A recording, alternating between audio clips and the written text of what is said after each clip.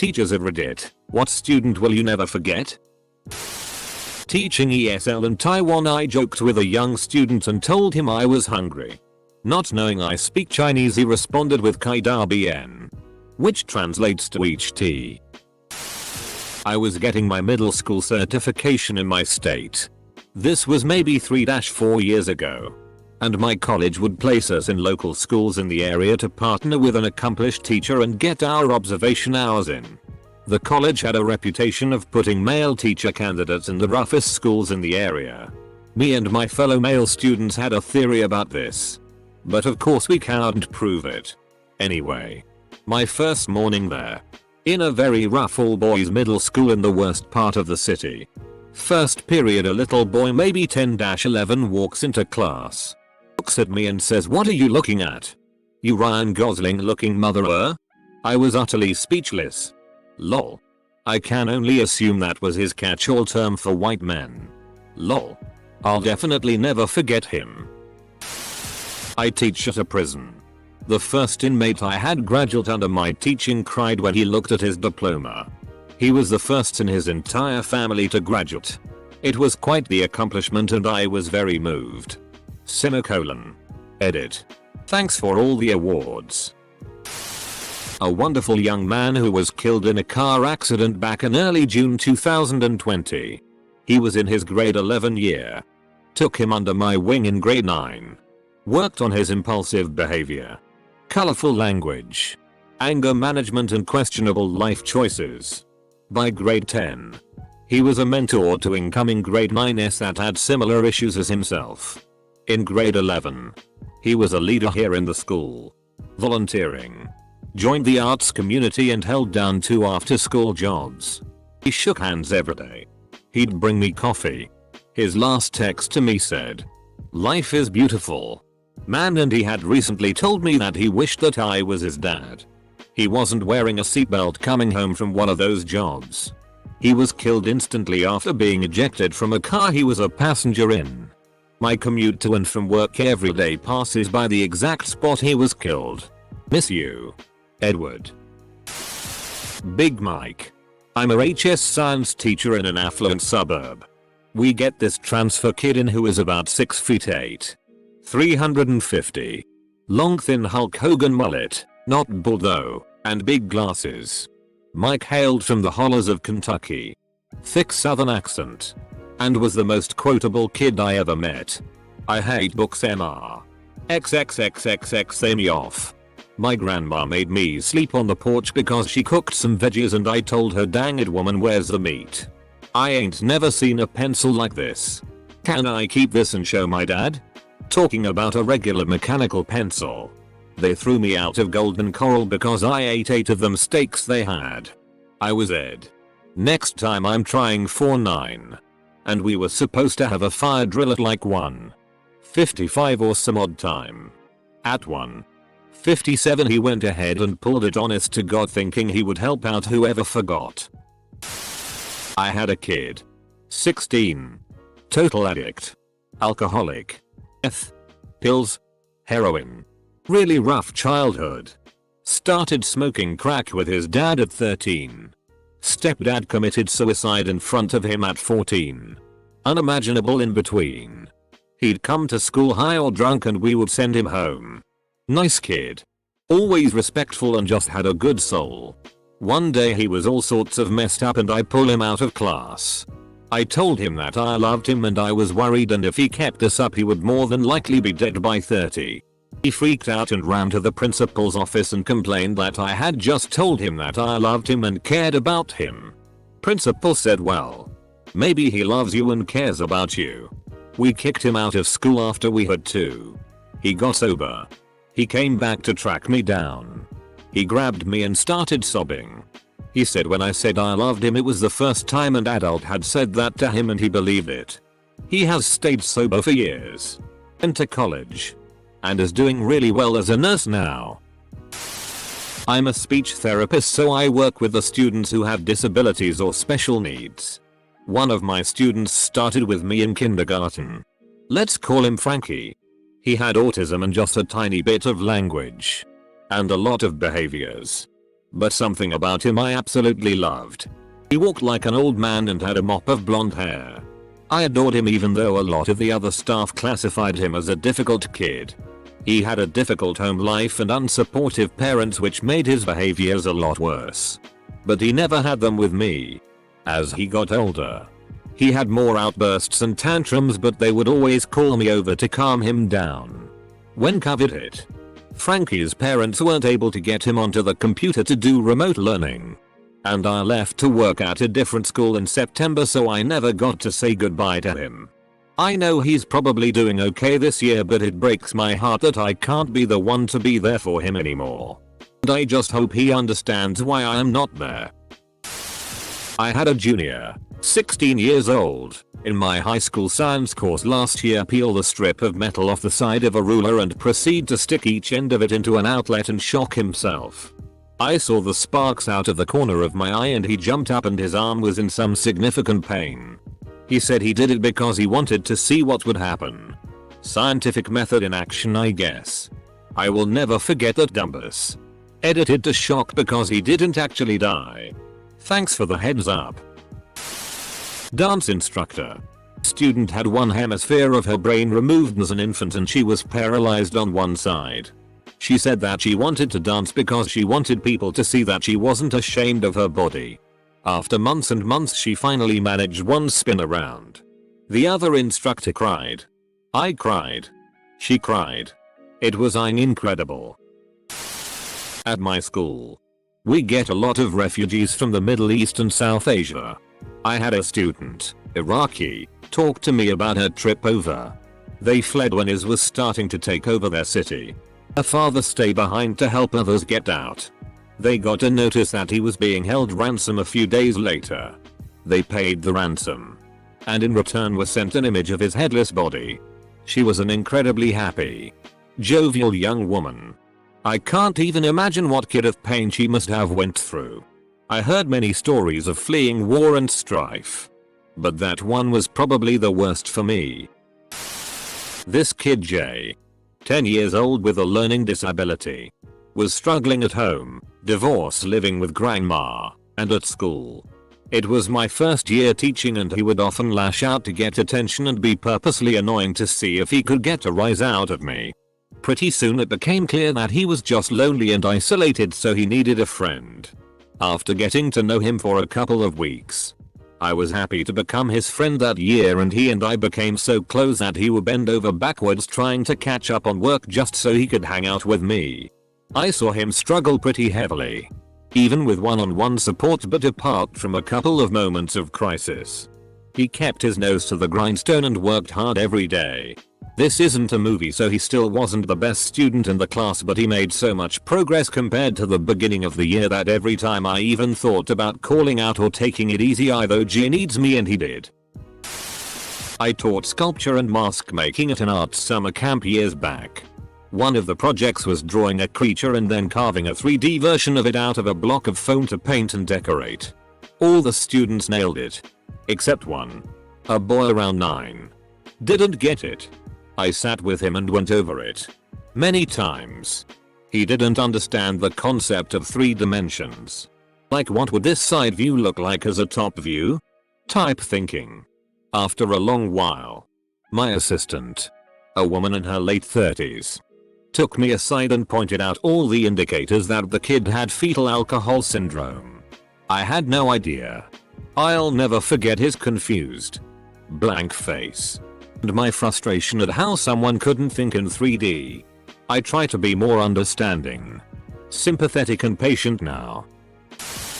One of my students told me as a child she wanted to grow up to be a strawberry and then cried when she realized she couldn't because she was a human being. Very sweet girl. The one who told me, "You really make me think." We are friends to this day and have the best conversations. It's the highest compliment for a teacher. I'm a professor and I had a student who was a big dude. Much older than the typical college student, like maybe 40. Ex-military. And very stoic. We did a simulation exercise during class where students had to make a decision about whether to race a car or withdraw from the race. Most students go forward with the race for a variety of reasons.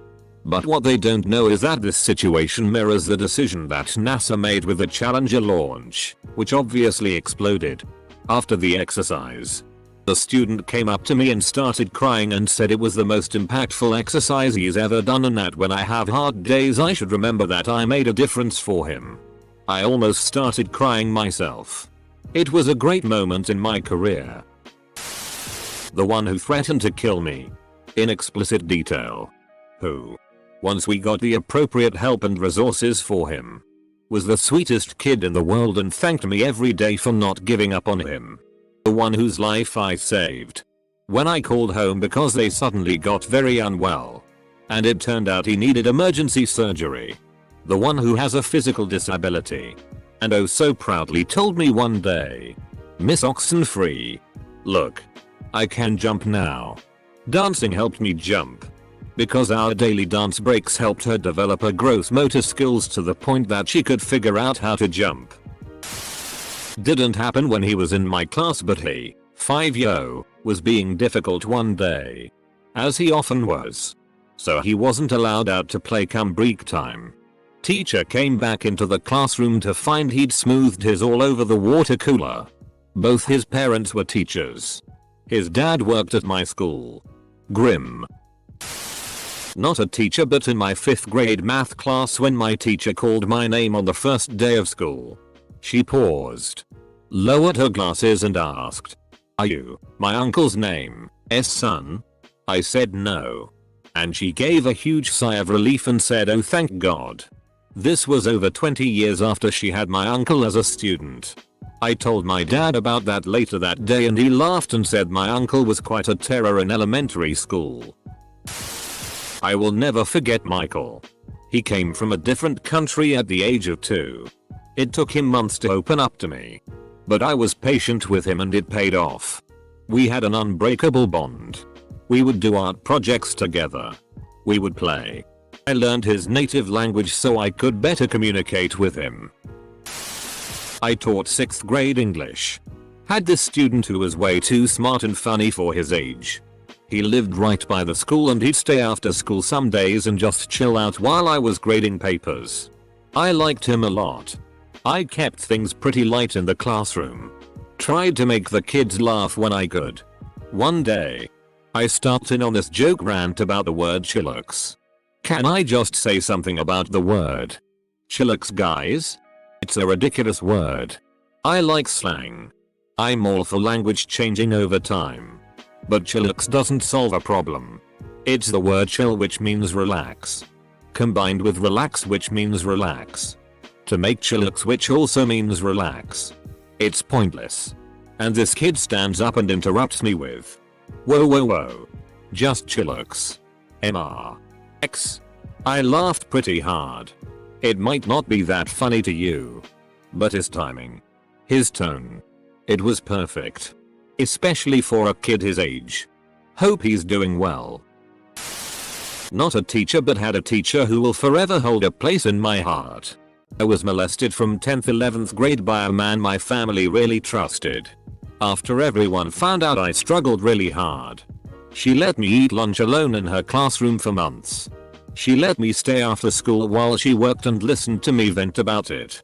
She was a shoulder to cry on whenever I needed her. She even showed up to his sentencing in support of me. I'm 6 years out of high school and I just got lunch with her a while back.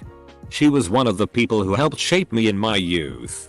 She is a wife and mother to 2 boys who were pretty young at the time. And she was teaching numerous classes at the time, yet she always made time for me when I needed her.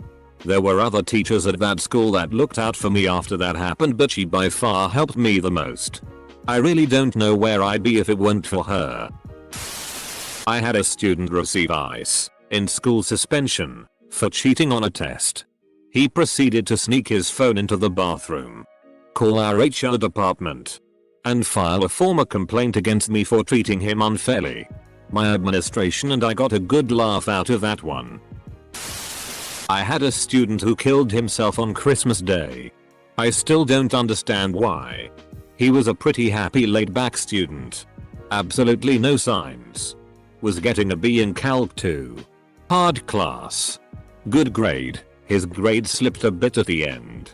From A's to B's. But no signs of anything. My sister-in-law was his desk buddy. She did not see it coming either. I wish he asked for help instead of killing himself. This huge 8th grader named Earl who wanted everyone to think he was a badass, and he did get into quite a bit of trouble. But in reality he loved math. He took a test in class one day and begged me after to let him retake it because he didn't think he did well. I graded it and he got 100%. So I called his mom to deliver the news, and you could tell it was the first positive phone call she'd ever gotten about her son. This tiny girl named Chelsea who asked so many questions in class that you could hear the collective sigh every time she raised her hand. But she never let it deter her. She was murdered when she was in her early 20s, and it killed me to read that in the paper. This lanky boy named Isaac who was always in trouble and could never stop taking.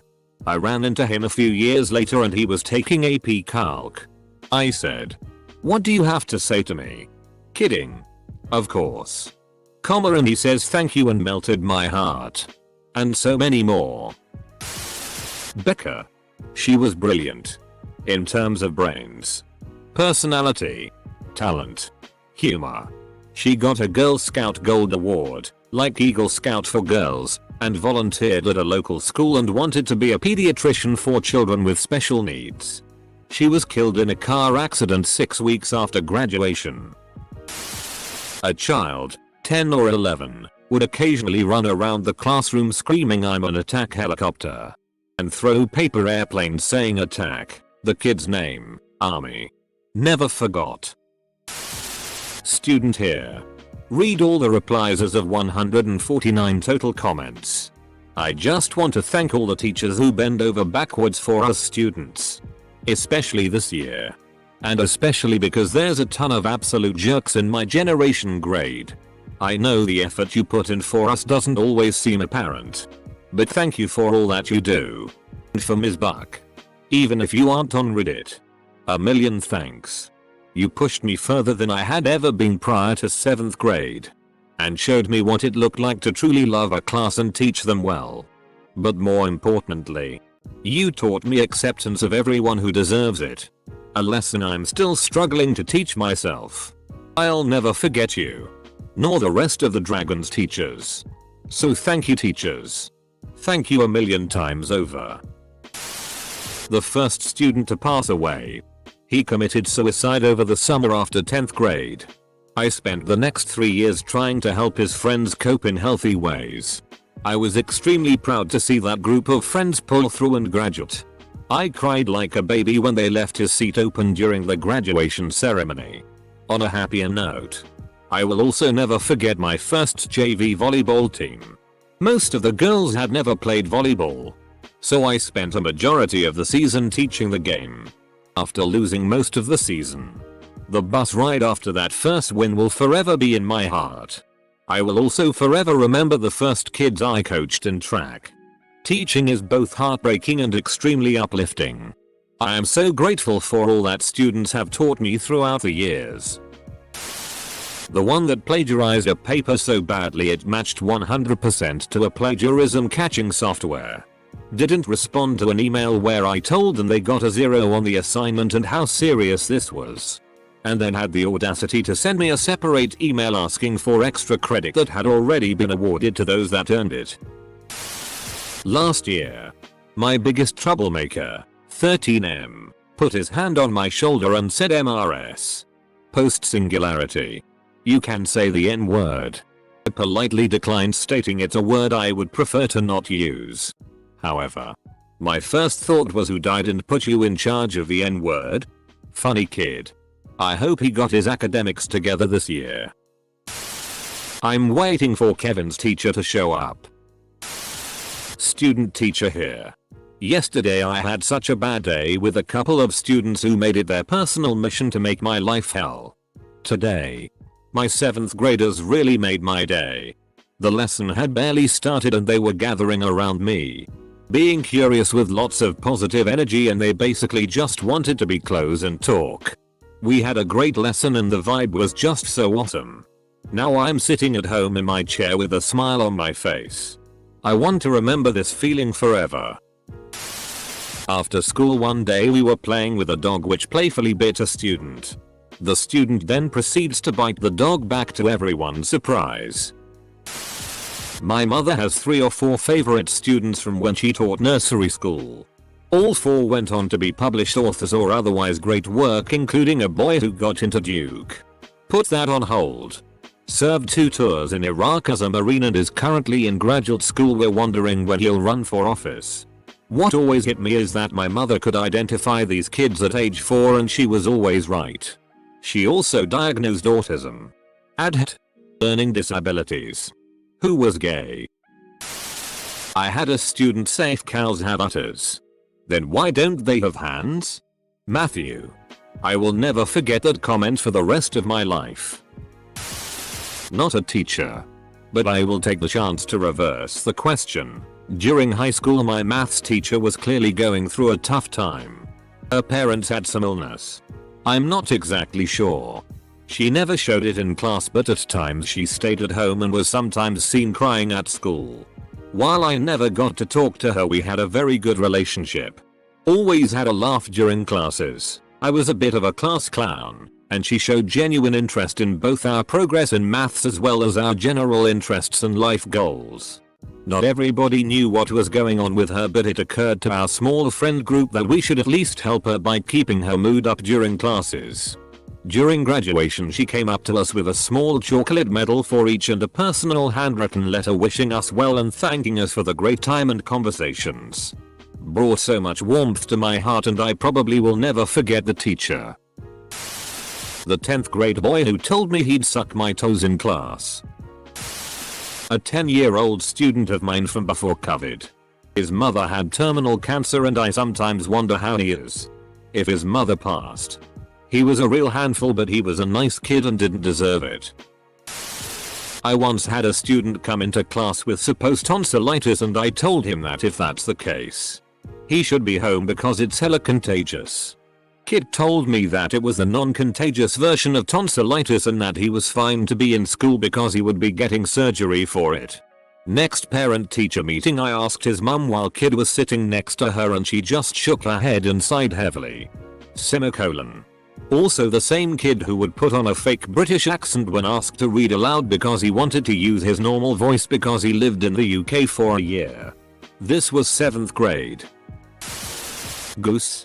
His nickname was Gus, pronounced Goose. And he was first in my English 1 class. Gus was receiving special education services. And he had generally not experienced success in English class or school. But he was so coachable. The next year he wanted to have my English 2 class. But I only had pre-AP options. Gus requested to be placed into pre-AP, which doesn't usually have students receiving special education services. Then, Gus met 2 young ladies who took him under their wing. By the end of the year, Gus exited the special education program.